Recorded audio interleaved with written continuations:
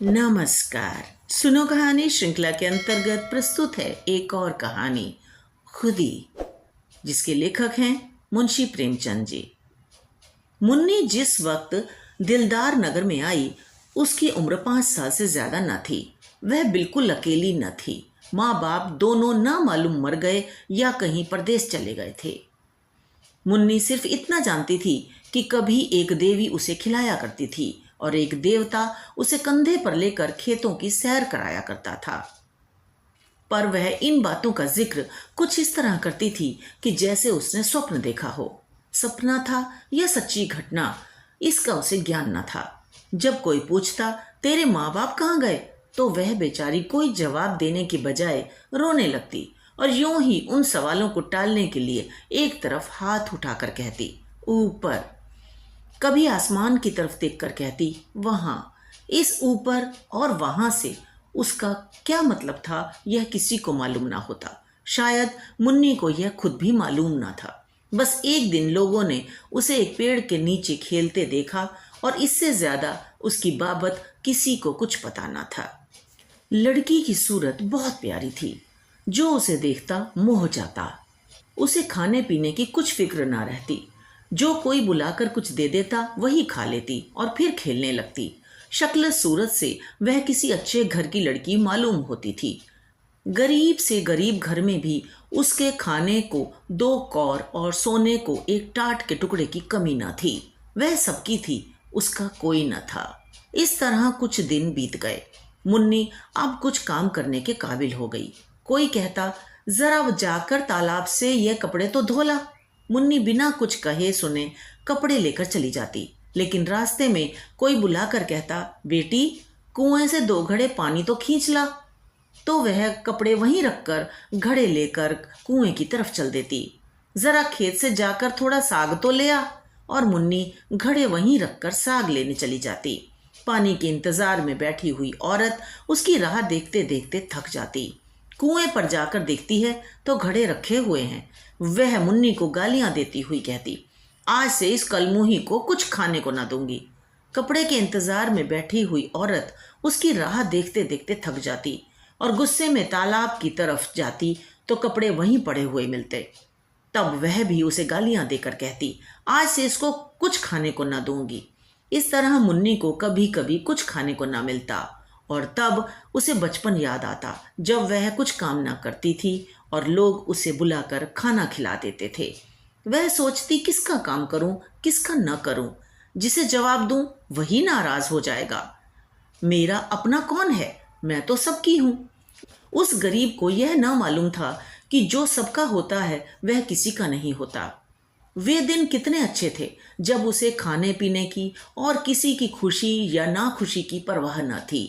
दुर्भाग्य में भी बचपन का वह समय चैन का था। कुछ दिन और बीते। मुन्नी जवान हो गई। अब तक वह औरतों की थी, अब मर्दों की हो गई। वह सारे गांव की प्रेमिका थी, पर उसका कोई प्रेमी न था। सब उससे कहते थे मैं तुम पर मरता हूं, तुम्हारे वियोग में तारे गिनता हूं, तुम मेरे दिलो जान की मुराद हो। पर उसका सच्चा प्रेमी कौन है, इसकी उसे खबर न होती थी। कोई उससे यह ना कहता था कि तू मेरे दुख दर्द की शरीक हो जा। सब उससे अपने दिल का घर आबाद करना चाहते थे। सब उसकी निगाह पर एक मध्यम सी मुस्कुराहट पर कुर्बान होना चाहते थे। पर कोई उसकी बाह पकड़ने वाला, उसकी लाज रखने वाला न था। वह सबकी थी। उसकी मोहब्बत के दरवाजे सब पर खुले हुए थे, पर कोई उस पर अपना ताला न डालता था, जिससे मालूम होता कि यह उसका घर है और किसी का नहीं। वह भोली भाली लड़की जो एक दिन न जाने कहां से भटक कर आ गई थी, अब गांव की रानी थी। जब वह अपने उन्नत वक्षों को उभार कर रूप गर्व से गर्दन उठाए नजाकत से लचकती हुई चलती तो मन चले नौजवान दिल थाम कर रह जाते, उसके पैरों तले आंखें बिछाते। कौन था जो उसके इशारे पर अपनी जान नानिसार कर देता। वह अनाथ लड़की जिसे कभी गुड़ियां खेलने को न मिली, अब दिलों से खेलती थी। किसी को मारती थी, किसी को जिलाती थी, किसी को ठुकराती थी, किसी को थपकियां देती थी, किसी से रूठती थी, किसी को मनाती थी। इस खेल में उसे कत्ल और खून का सा मजा मिलता था। अब पासा पलट गया था। पहले वह सबकी थी, कोई उसका ना था। अब सब उसके थे, वह किसी की ना थी। उसे जिस चीज की तलाश थी वह कहीं न मिलती थी। किसी में वह हिम्मत न थी जो उससे कहता, आज से तू मेरी है। उस पर दिल न्यौछावर करने वाले बहुतेरे थे, सच्चा साथी एक भी न था। असल में उन सिरफिरों को वह बहुत नीची निगाह से देखती थी। कोई उसकी मोहब्बत के काबिल नहीं था। ऐसे पस्त हिम्मतों को वह खिलौनों से ज्यादा महत्व न देना चाहती थी, जिनका मारना और जिलाना एक मनोरंजन से अधिक कुछ नहीं। जिस वक्त कोई नौजवान मिठाइयों के थाल और फूलों के हार लिए उसके सामने खड़ा हो जाता तो उसका जी चाहता मुंह नोच लूं। उसे वह चीजें कालकूट हलाहल जैसी लगती। उनकी जगह वह रूखी रोटियां चाहती थी, सच्चे प्रेम में डूबी हुई। गहनों और अशर्फियों के ढेर उसे बिच्छू के डंक जैसे लगते। उनके बदले वह सच्ची, दिल के भीतर से निकली हुई बातें चाहती थी, जिनमें प्रेम की गंध और सच्चाई का गीत हो। उसे रहने को महल मिलते थे, पहनने को रेशम, खाने को एक से एक व्यंजन, पर उसे इन चीजों की आकांक्षा न थी। उसे आकांक्षा थी फूस के झोंपड़े, मोटे झोटे सूखे खाने। उसे प्राण घातक सिद्धियों से प्राण पोषक निषेध कहीं ज्यादा प्रिय थे। खुली हवा के मुकाबले में बंद पिंजरा कहीं ज्यादा चाहता। एक दिन एक परदेसी गांव में आ निकला। बहुत ही कमजोर दीनहीन आदमी था। एक पेड़ के नीचे सत्तू खाकर लेटा। एकाएक मुन्नी उधर से जा निकली। मुसाफिर को देखकर बोली, कहाँ जाओगे? मुसाफिर ने बेरुखी से जवाब दिया, जहन्नुम। मुन्नी ने मुस्कुरा कर कहा, क्यों? क्या दुनिया में जगह नहीं? औरों के लिए होगी, मेरे लिए नहीं। दिल पर कोई चोट लगी है? मुसाफिर ने जहरीली हंसी हंसकर कहा, बदनसीबों की तकदीर में और क्या है? रोना धोना और डूब मरना, यही उनकी जिंदगी का खुलासा है। पहली 2 मंजिल तो तय कर चुका, अब तीसरी मंजिल और बाकी है। कोई दिन वह पूरी हो जाएगी, ईश्वर ने चाहा तो बहुत जल्द।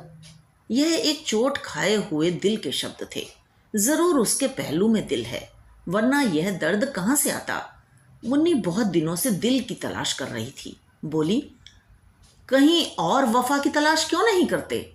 मुसाफिर ने निराशा के भाव से उत्तर दिया, मेरी तकदीर में नहीं, वरना मेरा क्या बना बनाया घोंसला उजड़ जाता। दौलत मेरे पास नहीं, रूप रंग मेरे पास नहीं, फिर वफा की देवी मुझ पर क्यों मेहरबान होने लगी? पहले समझता था वफा दिल के बदले मिलती है, अब मालूम हुआ और चीजों की तरह वह भी सोने चांदी से खरीदी जा सकती है। मुन्नी को मालूम हुआ मेरी नजरों ने धोखा खाया था। मुसाफिर बहुत काला नहीं, सिर्फ सांवला। उसका नाक नक्शा भी उसे आकर्षक जान पड़ा। बोली, नहीं, यह बात नहीं, तुम्हारा पहला ख्याल ठीक था। यह कहकर मुन्नी चली गई। उसके हृदय के भाव उसके संयम से बाहर हो रहे थे। मुसाफिर किसी ख्याल में डूब गया। वह इस सुंदरी की बातों पर गौर कर रहा था। क्या सचमुच यहां वफा मिलेगी? क्या यहां भी तकदीर धोखा न देगी? मुसाफिर ने रात उसी गांव में काटी। वह दूसरे दिन भी न गया। तीसरे दिन उसने एक फूस का झोंपड़ा खड़ा किया। मुन्नी ने पूछा, यह झोंपड़ा किसके लिए बनाते हो? मुसाफिर ने कहा, जिससे वफा की उम्मीद है। चले तो ना जाओगे? झोंपड़ा तो रहेगा। खाली घर में भूत रहते हैं, अपने प्यारे का भूत ही प्यारा होता है। दूसरे दिन मुन्नी उसी झोंपड़े में रहने लगी। लोगों को देखकर ताज्जुब होता था। मुन्नी उसी झोंपड़े में नहीं रह सकती। वह उस भोले मुसाफिर को जरूर दगा देगी, यह आम ख्याल था। लेकिन मुन्नी फूली ना समाती थी। वह न कभी इतनी सुंदर दिखाई पड़ी थी, न इतनी खुश। उसे एक ऐसा आदमी मिल गया था जिसके पहलू में दिल था। लेकिन मुसाफिर को दूसरे दिन यह चिंता हुई कि कहीं यहां भी वही अभागा दिन न देखना पड़े। रूप में वफा कहाँ? उसे याद आया, पहले भी इसी तरह की बातें हुई थी, ऐसे ही कसम खाई गई थी, एक दूसरे से वादे किए गए थे। मगर उन कच्चे धागों को टूटते कितनी देर लगी? वह धागे क्या फिर न टूट जाएंगे? उसके क्षणिक आनंद का समय बहुत जल्द बीत गया और फिर वही निराशा उसके दिल पर छा गई। इस मरहम से भी उसके जिगर का जख्म न भरा। तीसरे रोज वह सारे दिन उदास और चिंतित बैठा रहा और चौथे रोज लापता हो गया। उसकी यादगार सिर्फ उसकी फूस की झोंपड़ी रह गई। मुन्नी दिन भर उसकी राह देखती रही। उसे उम्मीद थी कि वह जरूर आएगा, लेकिन महीनों गुजर गए और मुसाफिर न लौटा। कोई खत भी न आया, लेकिन मुन्नी को उम्मीद थी वह जरूर आएगा। साल बीत गया। पेड़ों में नई नई कोपलें निकली, फूल खिले, फल उगे, काली घटाएं आईं, बिजली चमकी, यहाँ तक कि जाड़ा भी बीत गया और मुसाफिर न लौटा। मगर मुन्नी को उसके आने की अब भी उम्मीद थी। वह जरा भी चिंतित न थी, भयभीत न थी। वह दिन भर मजदूरी करती और शाम को झोंपड़े में पड़ी रहती।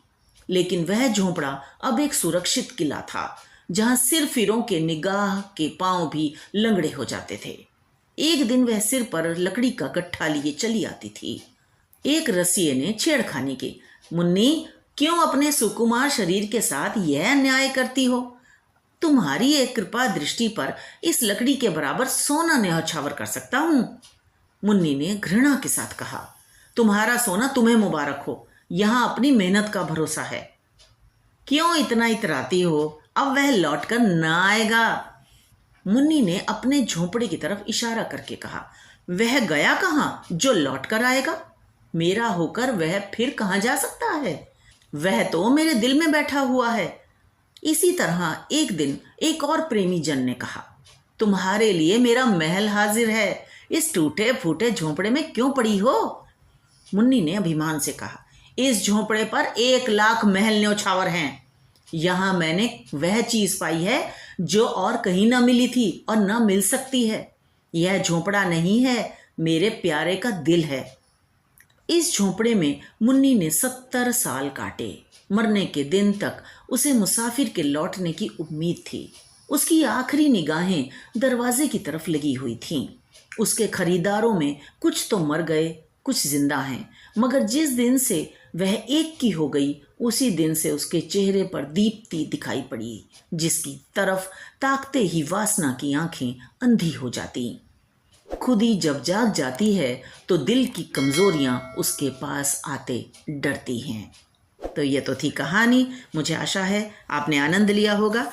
तो मिलते हैं अगली कहानी में। धन्यवाद।